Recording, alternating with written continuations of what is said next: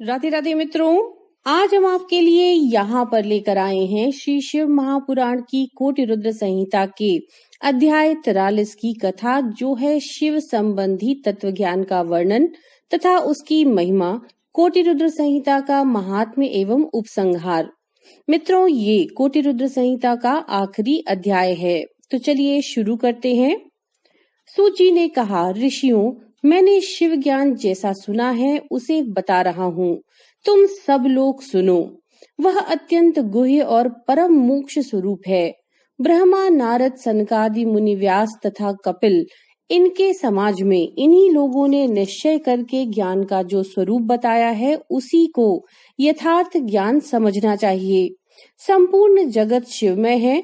यह ज्ञान सदा अनुशीलन करने योग्य है।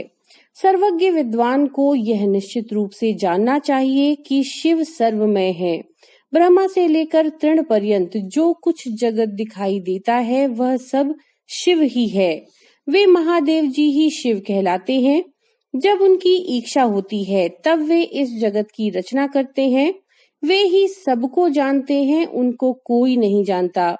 वे इस जगत की रचना करके स्वयं इसके भीतर प्रविष्ट होकर भी इससे दूर हैं। वास्तव में उनका इसमें प्रवेश नहीं हुआ है, क्योंकि वे निर्लिप्त सच्चिदानंद स्वरूप हैं। जैसे सूर्य आदि ज्योतियों का जल में प्रतिबिंब पड़ता है, वास्तव में जल के भीतर उनका प्रवेश नहीं होता, उसी प्रकार साक्षात शिव के विषय में समझना चाहिए। वस्तुतः तो वे स्वयं ही सब कुछ हैं। मतभेद ही अज्ञान है, क्योंकि शिव से भिन्न किसी द्वैत वस्तु की सत्ता नहीं है।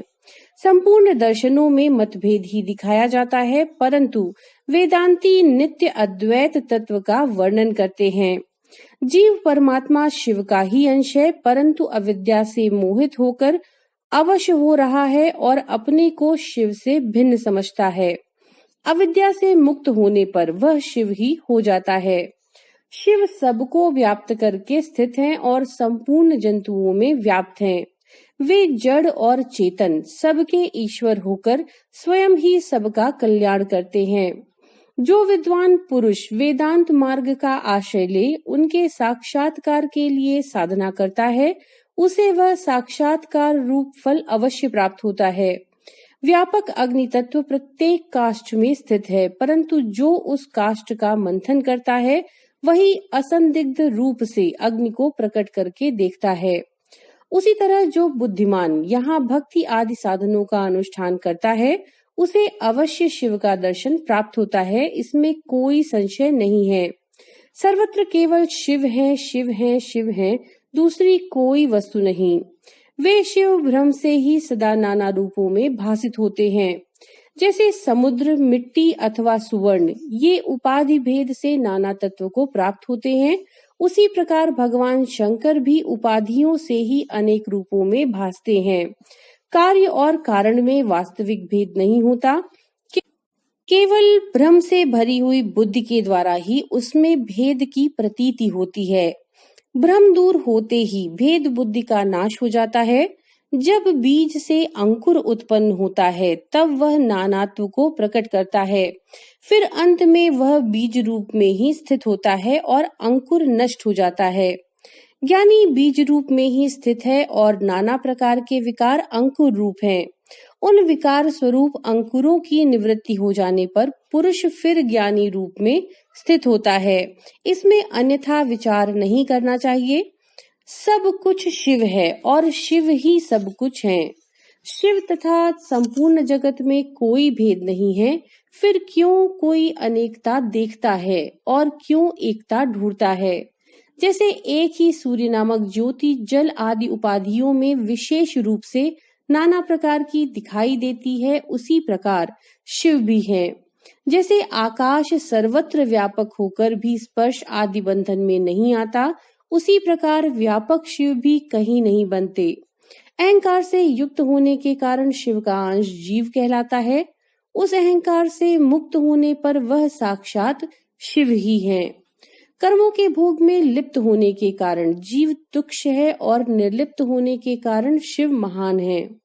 जैसे एक ही सुवर्ण आदि चांदी आदि से मिल जाने पर कम कीमत का हो जाता है, उसी प्रकार अहंकार युक्त जीव अपना महत्व खो बैठता है। जैसे क्षार आदि से शुद्ध किया हुआ उत्तम सुवर्ण आदि पूर्ववत बहुमूल्य हो जाता है, उसी प्रकार संस्कार विशेष से शुद्ध होकर जीव भी शुद्ध हो जाता है। पहले सद्गुरु को पाकर भक्ति भाव से युक्त हो शिव बुद्धि से उनका पूजन और स्मरण आदि करें। गुरु में शिव बुद्धि करने से सारे पाप आदि मल शरीर से निकल जाते हैं।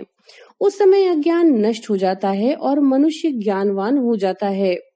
उस अवस्था में अहंकार मुक्त निर्मल बुद्धि वाला जीव भगवान शंकर के प्रसाद से पुनः शिव रूप हो जाता है। जैसे दर्पण में अपना रूप दिखाई देता है, उसी तरह उसे सर्वत्र शंभु का साक्षात्कार होने लगता है।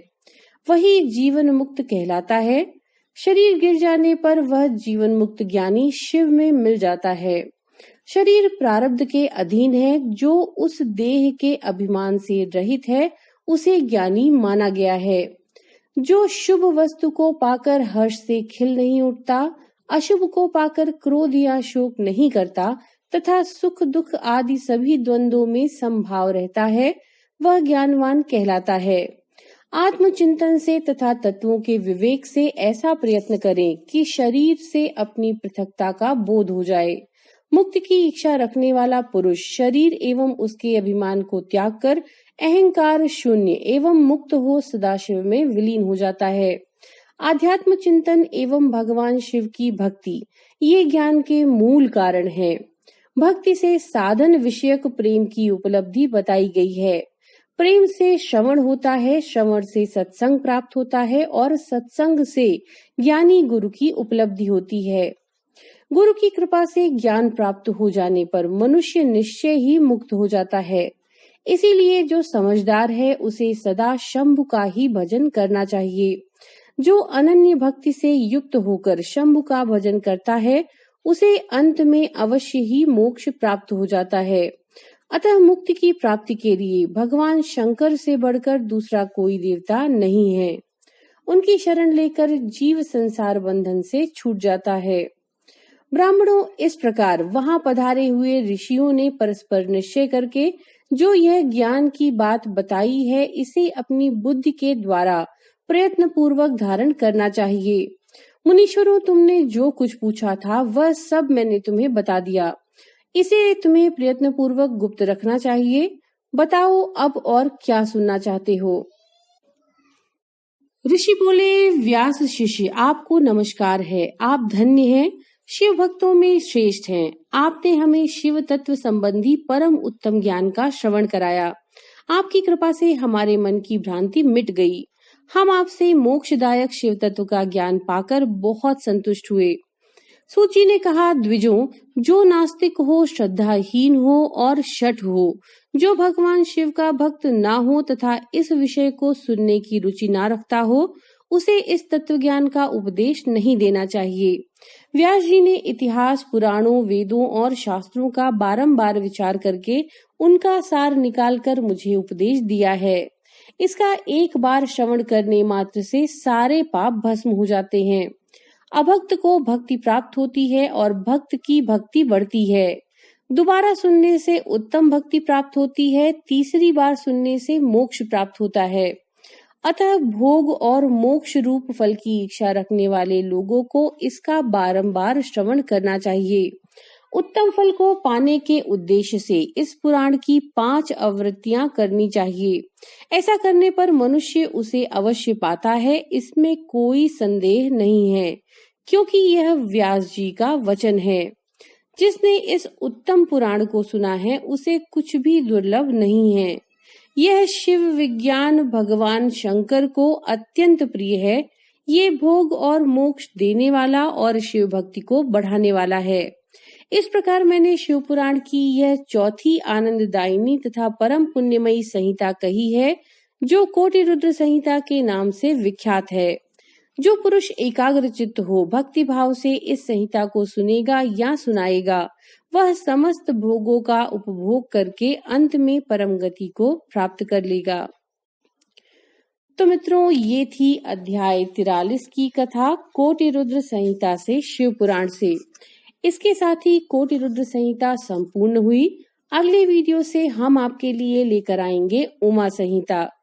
तब तक के लिए नमो नारायण।